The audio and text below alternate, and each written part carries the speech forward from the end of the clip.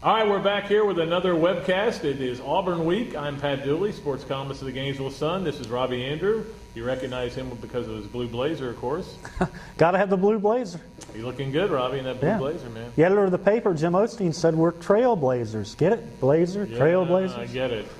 A lot of people don't know the origin of the term blue blazer. Blue blazer for us, yeah. When we were kids at St. Augustine, we used to go camping, and we would go and get all the newspapers off people's driveway. People in St. Augustine, there is a statute of limitations. The Times Union it was. Times Union, yeah. And we would take it, and then we would put it one by one, sheets over the fire, and watch it. It would all turn blue. Those are the blue. We almost set the neighborhood on fire, and we almost burned up Robert Lichter's sleeping bag. So, Robert Lichter, if you're out there watching, we owe you a sleeping bag still. Yeah, we do.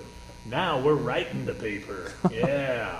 At any rate, Florida Auburn this week, and it's just funny. I wrote a column about this. Florida Auburn is a better series than Florida Georgia, Florida Tennessee, Florida FSU. It's been an unbelievable game. Yeah, growing up around it, Pat, it's like one of Florida's most natural rivalries. It's close, orange and blue, both teams. It's just been a traditional rivalry. It's sad that we don't play it every year.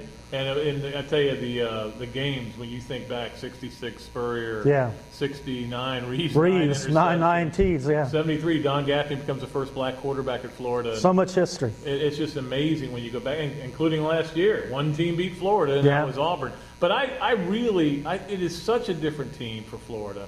I don't sense any real revenge issue there. I don't either, Pat. You talk to the players, and that never came up all week. All they talked about was how that game last year kind of got them pointed in the right direction. They refocused. They listened to Danny Werfel tell them the season's not over, keep playing, and they went on and won the national title. So revenge isn't a fact. Well, and you don't have to lose that game to go on and win a national title. No. So Florida is a huge favorite, 19-point favorite. Which is shocking to me. It is a little bit. It is because, but it is at home, and everybody's kind of, I think the odds makers looking at what Florida did to Tennessee, which was a bit of an aberration. Coming off a 6-point win, you wouldn't think they'd be that big of favorites. But I remember in '94 and 2001, Florida was 18-point favorites. Didn't win those, both in the Swamp too. And so they need to take care of business. The bottom line, though, is those teams were different. Those Florida teams were, and so were those Auburn teams. This Auburn team is good defensively, third in the country, or third in the SEC in defense, behind only LSU and Georgia. So this is the first real test for Tim Tebow in that offense. Yeah, this is a fast and physical Auburn defense. They're going to get after Tebow. I mean, they want to punish him. If he's going to run 27 times, they're going to put a helmet on 27 times and see what they can do to him. So very sound defense. I think the key for Florida, as we've said with the Tennessee game, get ahead.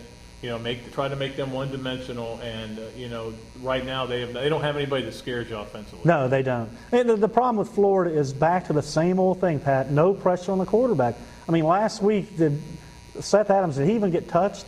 He got sacked once. After the game, Myers said, "I'm tired of watching quarterbacks who don't get touched." And Brandon Cox has had problems with turnovers, fumbles, interceptions. But when he has time, he's a pretty good quarterback and a good passer. And I know he doesn't have the receivers he's had in the past, but you give him time, he can pick you apart. He's one of those guys that they don't let him do a whole lot. They don't let him go down the field a whole lot. And with Florida playing that 2-deep zone or 2-deep safeties, I don't expect that to happen in this game either. They're going to try to grind it out, move the chains, keep Florida's offense off the field.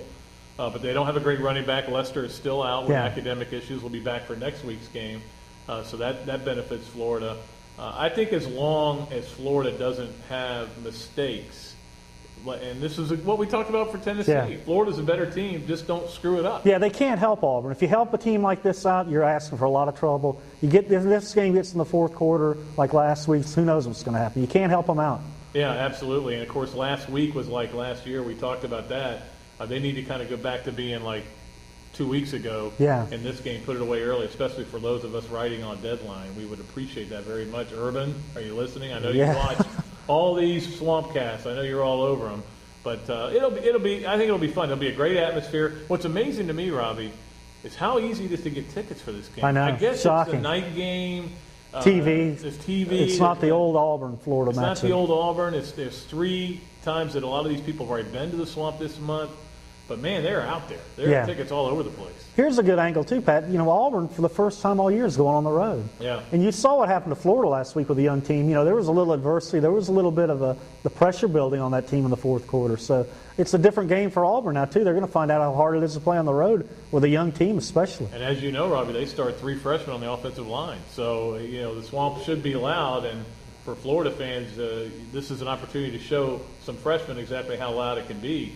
And maybe disrupt their play calling, disrupt their get some false starts. Yeah, the crowd will be a factor. Tuberville earlier this week was saying that the Auburn crowd helped them win the game last year up there, and he's right. That crowd was absolutely electric and so loud, and they played a role in the game. There was also some illegal music coming in there, which was one of those nights I had a sinus infection. And every time they put on Guns N' Roses or whatever, not that I'm having it shook you, didn't it? It was bad, and I was really getting annoyed because it's illegal. You're not allowed to do that. You're not allowed. I thought you loved Guns N' Roses. Well, not really. Didn't you say they were better than the Beatles? Right. I'm just kidding. They could have been playing the Beatles, and I still would have been annoyed as loud as it was. It was loud. You're trying to write under pressure. It's like we were cracking under pressure. We were. We did not hold up on the road very well in that game. We're a bad road team at times. We are. But we were okay last week. We were okay last week. Next week is going to be a big test. In Baton Rouge. You're looking ahead, Pat. We're not allowed to talk about that game, and I keep telling people that. How can you look past Auburn? It's Auburn. If you look past your Auburn column, it's not going to come out very well. But I'm saying if you're looking ahead to your LSU column, you better not look ahead to your game column for LSU. That's a great point, Rob. Otherwise, you're going to fail on Saturday. I take it one. You'll be upset. I take it one column at a time, but not. That's all you can do. That's all you can do. That's all you can do. Well, that's going to do it. I think Florida's going to handle Auburn. I think the home crowd. This is a team, again, Robbie. Young teams at home are pretty tough because they build that emotion. That confidence, And whereas they on the road, all of a sudden everybody's against them. So I think you'll see that this week. Florida, a young team against a young team on the road. I think Florida will win this game fairly easily. Tebow had a good point too, Pat, after the game and then earlier this week that Florida didn't play great last week, but they learned a lot from it and they won the game, which gives them an optimistic outlook going into the week. So that's definitely big for them. There's nothing. Well, there's some things better, but there are very few things better than a win when you don't play well. Because that allows the coaches to say, "Hey, look. This is what we did wrong. We need to bust butt this isn't going to work next week." So I think they've had pretty tough practices this week. That's my impression. I think Tuesday, Wednesday, any week with Urban Meyer is going to be tough. So Thursday and Friday. I mean, they're talking about practicing Percy Harvin on Friday. So a little personal workout for Percy. Yeah, does he need me out there to cover him? I'll cover him. Okay. I'll press him. I'll give him the press coverage. I think his first step might be tough for you to deal with, but we'll see. I get the press coverage working. That's going to do it for today's Swampcast. We appreciate you guys for joining in. Don't forget, join us very late on Saturday nights when we'll be doing it from the Florida-Auburn game, which will get over about, 2 in the morning? So we'll be fresh as daisies. Very, very late. But it might be a Sunday morning. It could be. Well, it's probably going to be. Cool. So that'll do it for today, though, and we appreciate you guys for joining us. Robbie, Andreu, Pat Dooley, Blue Blazers, we're all over it. We'll see you next time.